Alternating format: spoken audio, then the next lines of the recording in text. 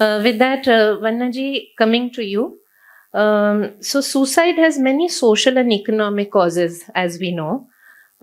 Being a policy maker and being in a position where you've taken tough decisions, strong decisions, decisions which have changed the way things have worked, how can our policies address the deeper stress factors? Thank you so much, Sukruti. And it's always nice to be present in such conferences because Dalbir Singh ji in Delhi used to call us MPs for interaction.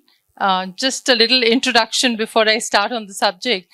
And they always called it a round table. So they never, they wanted to say that we are going to be a part of the discussion. We are no experts. So basically, it was capacity building for the MPs, which they never mentioned. But rightly so, we very much appreciated it because there are many subjects which we know are very serious, need to be given full attention. But as you can imagine, sky is the limit when you go to the parliament and you want to address issues. No matter how much you do, it's still less. And therefore, there has to be an occasion to really be able to talk on subjects. And therefore, Sukruti, I look at this conference as one such. I know there is a healthcare policy. I knew there's a law, there's an act. But very honestly, I had not read it. It is only thanks to this conference that made me read the policy, made me understand that there is no just policy. There is an act which is absolutely comprehensive. Not just that, there is a strategy for suicide protection. Yes. When you call it a strategy, it is different from policy because there is a sense of urgency. And that sense of urgency comes in that just that one word. So probably if I had not been here, invited here, I wouldn't have known these three different things. So after pandemic, certainly life is very different. There is an invisible burden that we are that we have some kind of fear that we are living with. Who knows, a pandemic may come again with the kind of climate change and vulnerable diseases coming in. One is always very scared that maybe we might face another such situations.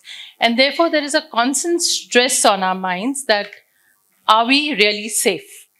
Secondly, about urbanization, as you mentioned, cities are growing so fast. We are urbanizing very fast world over.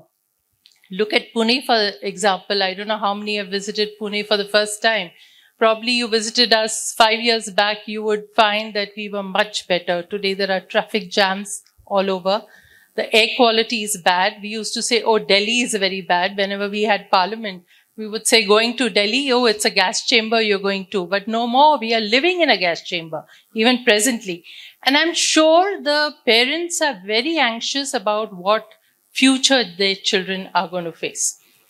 I remember Sukruti coming to my office and literally she had tears in her eyes when she said, my daughter is suffering from bronchitis and we have this air quality when the children were agitating in Delhi. I mean, what does a mother feel when the child is not being given a good future?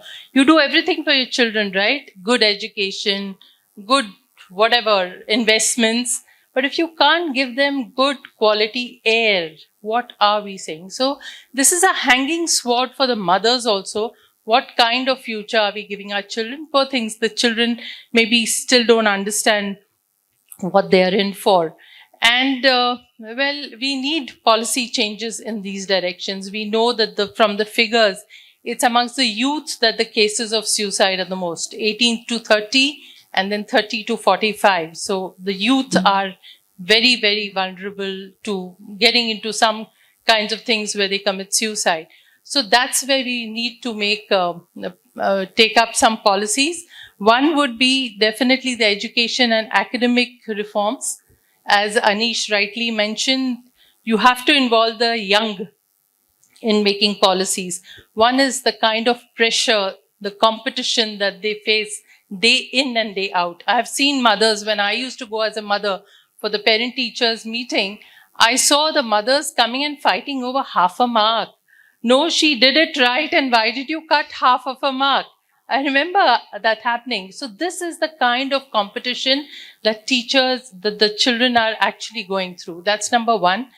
Then there is also emotional resilience that we don't work on, right? We work on how many marks you're getting, the best marks that you should get. What about emotional resilience? If you fail, if you don't do too well, do the schools teach them how to cope up with this? They don't. And therefore, this is something which we need to do. We need to have counseling centers in school where children themselves are involved. More than telling from our age, telling them what to do, we have to understand what are their problems. How can we solve their problems? I think the children are very mature and they can do it they can really take part and do something in that direction. Early identification of distresses is something which is very important. The teachers have to be taught to understand what are the problems that a child may be facing and how do you cope up with this. So on the educational and academic front, I think this is very important, not just in schools, also in colleges. On the employment policy side also, there is something that we need to do very, very glaringly, because this is where unemployment, not having security of tenure, these are all issues that people face in jobs. It's not like America, hire and fire, luckily, but still, it's almost like that in IT companies. So what about, how do you cope up with that? With AI, you want to downsize your companies. You're scared whether you lose your job. How do you cope up with these kind of things? So we need counselors, not just in schools and colleges, but I think even in corporates, where you are taught how to cope up with these kind of contingencies and challenges. Digital well-being is very important. The kind of screen time that we have is, I think, has to be addressed sometime or the other.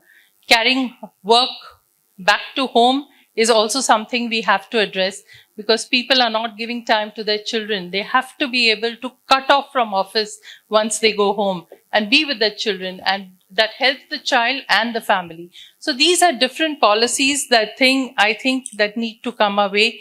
Promote community and peer support. That's important.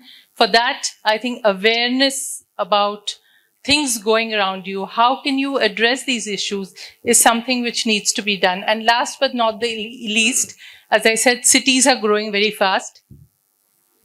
It's a simple example. You go to a garden, you really like it being there, right? And if you're in a congested place, you're not liking it. So what kind of urban designs are we going in for? In fact, the Indian Constitution, the 74th Amendment, when it came about, it has a schedule, I think 11, which gives the duties of a local government. And it says that you have to provide open spaces, you have to provide gardens, you have to even give conscious attention to aesthetics. It is said in the Constitution, but how many local governments do it? None at all. And just having an aesthetically nice surrounding makes all the difference. So these are things which are not looked into and need to be looked into by the local government. And for all this, I think sensitivity, awareness is absolutely important, and that needs to be done. Providing playgrounds, providing open spaces, having people to go and play, that's important. I'll just give one anecdote and stop my response here.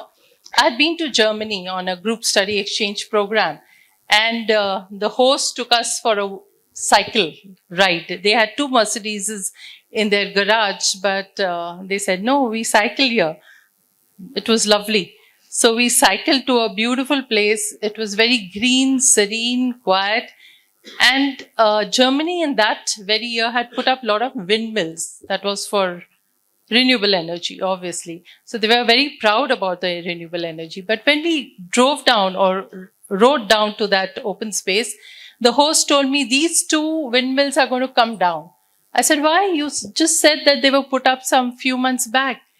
He said, yes, but people come here for peace of mind, and they can see the blades moving, and that is optical pollution, and it really is very polluting to the mind. Amazing. I mean, this is what they think of.